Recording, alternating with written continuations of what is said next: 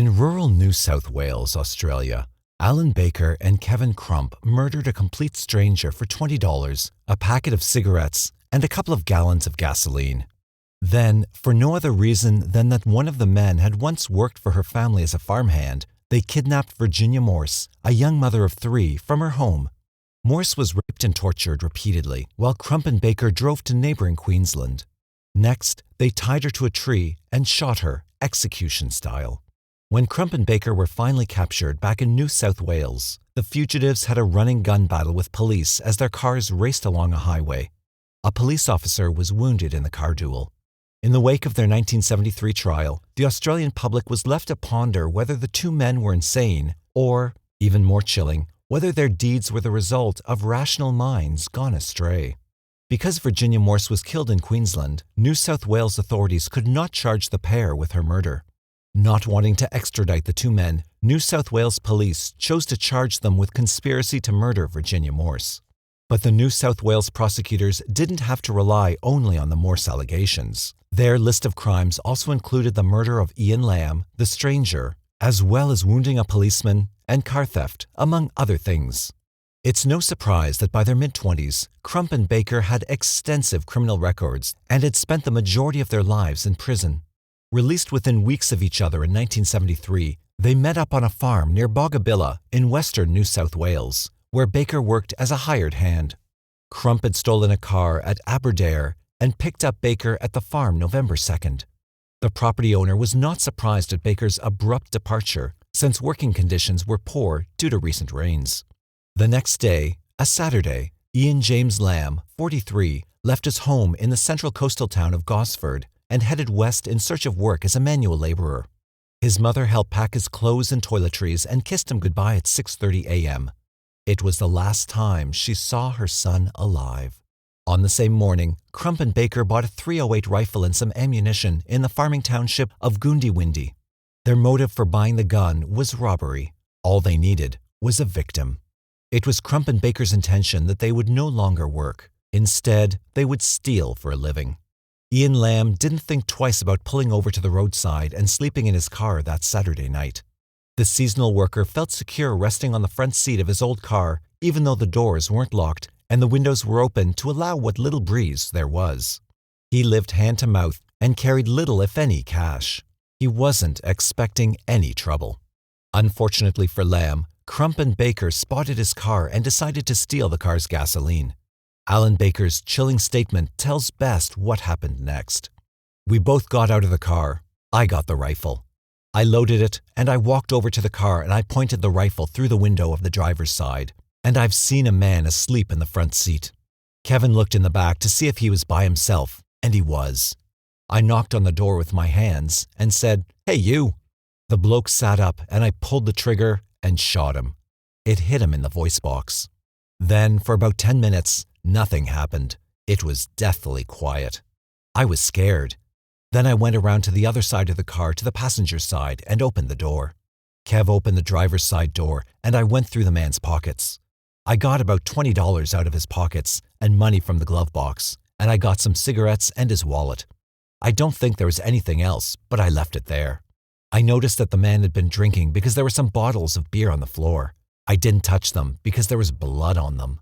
Baker then described how they pulled Lamb's body over to the seat to untangle his feet from the brake and clutch pedals so they could drive the car.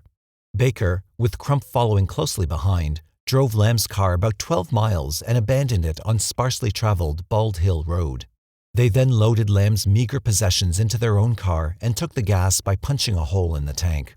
Crump, in an attempt to avoid a joint murder charge, told police that he was merely a bystander to Lamb's murder. "Allan hopped out of the car with that .308, Crump said. "He went over and knocked on the door, and the driver's side window was down when he knocked on the door.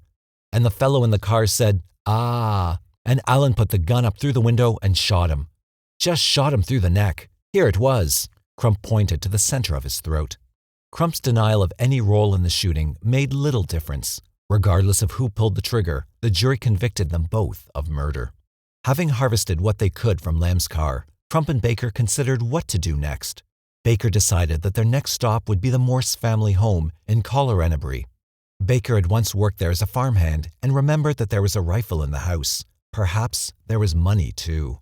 On the evening of November 6th, 3 days after the Lamb murder, they set up camp about 7 miles away from the farm. At first light, they went to an abandoned police station, which was only a few hundred yards from the Morses' house. They hid their car and began watching. Certain that they were undetected, Crump and Baker walked along a river and across a field where they hid behind haystacks. They then watched the morning routine unfold. Eventually, Virginia Morse's husband, Brian, drove his children to their school bus before heading off for a day's work in the fields. Once Crump and Baker were convinced that Mrs. Morse was alone, they made their way to the farmhouse. They made no attempt to hide their faces, yet this was the only place in the entire district where Baker was known and bound to be recognized. Was it their intention to murder Mrs. Morse? In a later interview, Crump said, "We talked about it on the way down from Goodawindi, and Allan said that if there was anyone on the property, they would recognize him and that we might have to kill someone." Was there any further discussion between the two of you along these lines? When we were behind the haystack, Allan said that if Virginia Morse was there, we would take her with us, and he thought the youngest kid was there because he didn't know he was going to school. When we got to the shack, the old police station, we put the petrol in my car, and Allan said we would have to get rid of her, but we would take her away and rape her first. Was there any discussion as to how she would be killed? Yes, we had the gun, so we would shoot her. When we got to the river, Allan said that I would have to prove myself and shoot her. Baker continued the narrative during his police interview. I went to the laundry door and waited near the lounge room door, and not knowing if anyone was home, I asked Kevin to go around to the back door and knock, and Mrs. Morse came to the back door where Kevin was, and I was behind Mrs. Morse with a rifle. I said, "Don't turn around," and she did. I took her in the bedroom and tied her up. After they had searched the house, where they found a .222 rifle and a small sum of money, Baker and Crump bundled Mrs. Morse into her family sedan and drove it to the old police station. Like they did with Lamb, they siphoned the gasoline from Morse's sedan and transferred whatever else was useful to their car. The bound and gagged Morse was dumped on the back seat. Baker told police in a later interview that they had every intention of killing Morse and, if necessary, they would use her as a human shield to protect them from police bullets. Crump and Baker then decided to head north over the border and into Queensland. They stopped at hotels and garages along the way and bought beer and gas with the $30 they'd stolen from the Morse homestead. They drove mainly at night to avoid detection. During the approximately 120-mile journey, Morse sobbed and pleaded for her life, while Crump and Baker took turns raping her. During a police interview, Baker said of the experience, "We took her gag off and she kept on saying, 'What's going to happen to me? My children will be home from school and waiting for me now. I love my children. Please let me go home.' I just told her to shut up."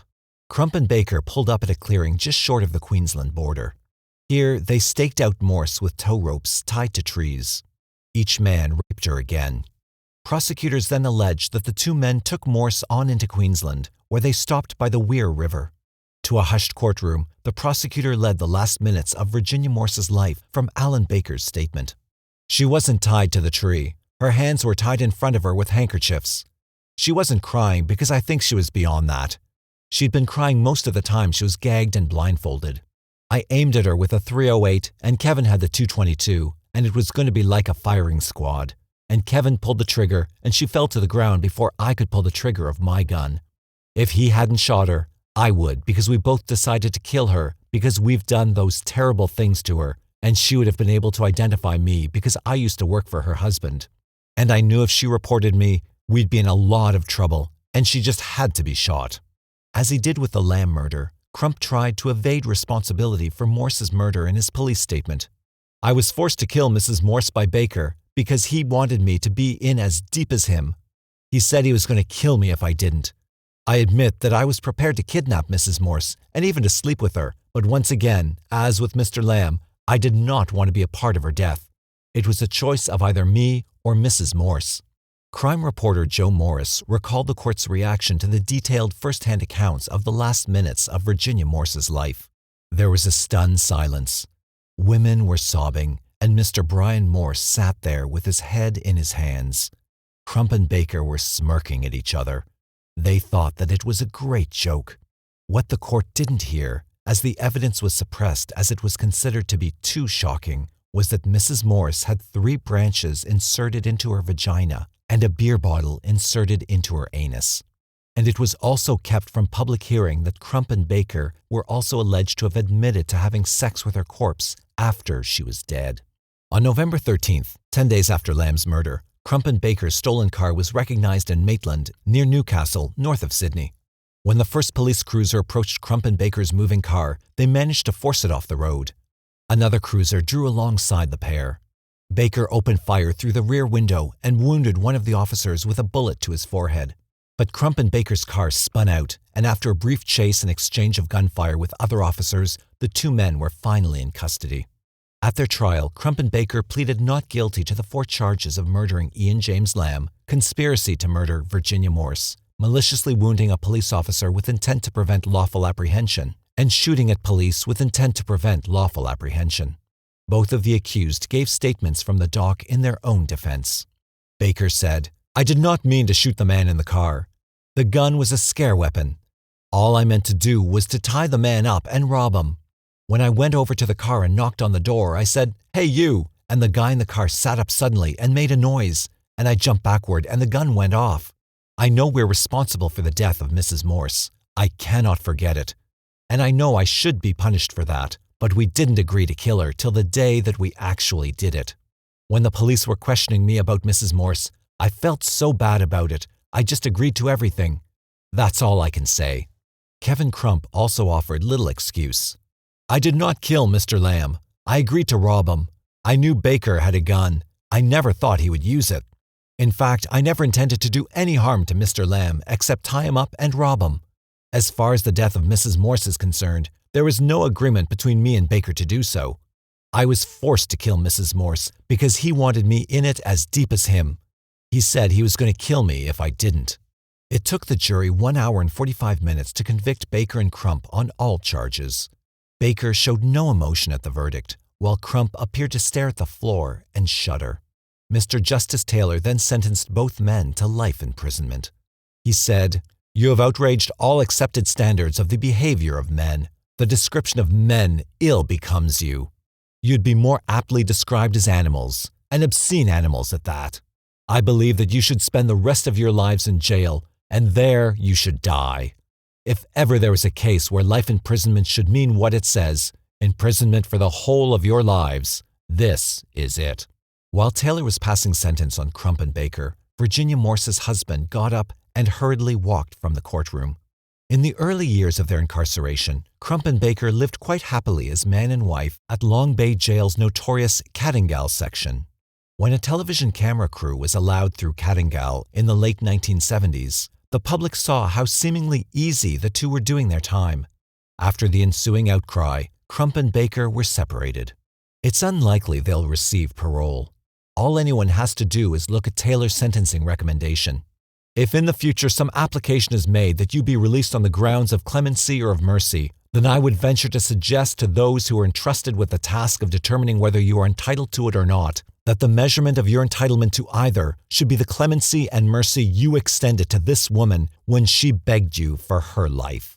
Crump and Baker are now in separate maximum security prisons in New South Wales. Some people build a life in prison, and when they're released, they don't have the social skills to blend in, so they use the prison rules in peaceful communities. Their intention was to have some fun before they get back home. Maximum security prisons were always their home.